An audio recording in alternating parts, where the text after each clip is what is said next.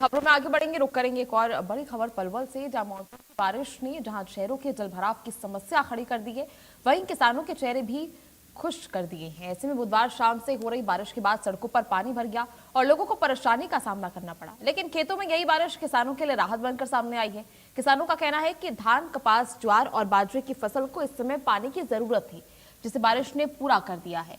किसानों के मुताबिक इस बारिश से फसल को ज्यादा फायदा होगा और सिंचाई पर होने वाला खर्च भी ज्यादा बचेगा। ऐसे में बुधवार से रुक रुक कर ही बारिश हो रही है। जल भराव से लोगों को परेशानी हो रही है और किसानों के लिए दूसरी तरफ ये बारिश काफी ज्यादा लाभप्रद साबित हो रही है। ऐसे में किसानों के चेहरे खिल उठे हैं बारिश से। जहां तेज बारिश से कई इलाकों में जल जमाव, जल भराव की स्थिति देखने को मिल रही है, जहां ऐसे में आम जनता का जो जीवन है वो प्रभावित होता हुआ दिखाई दे रहा है।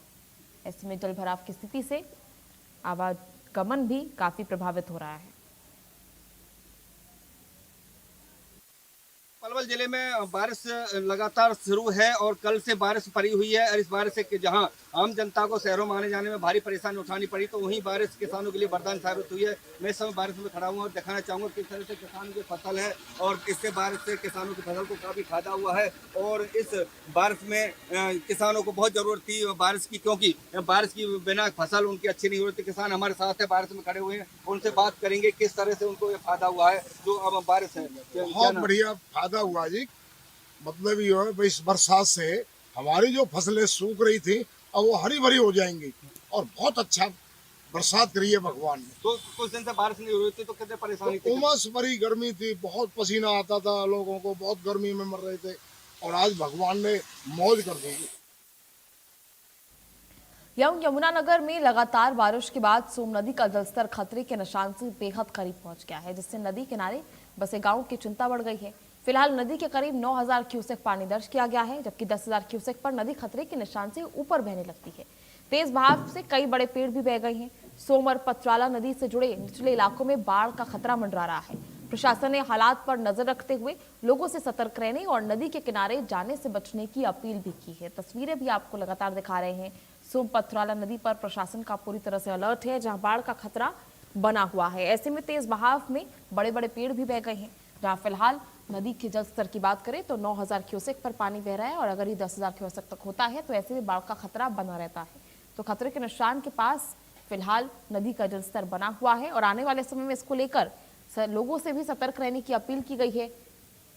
नदी किनारे और आसपास के जल स्रोतों के पास जाने से बचने के लिए अपील की गई है, जहां फिलहाल बाढ़ का खतरा लगातार बढ़ता जा रहा है। तेज बहाव से कई बड़े विशालकाय पेड़ जो हैं वो भी इस बाढ़ के बहाव में आ गए हैं। निचले इलाकों में, गांव में भी लगातार चिंता बढ़ी हुई है, जहां बाढ़ से नुकसान हो सकता है।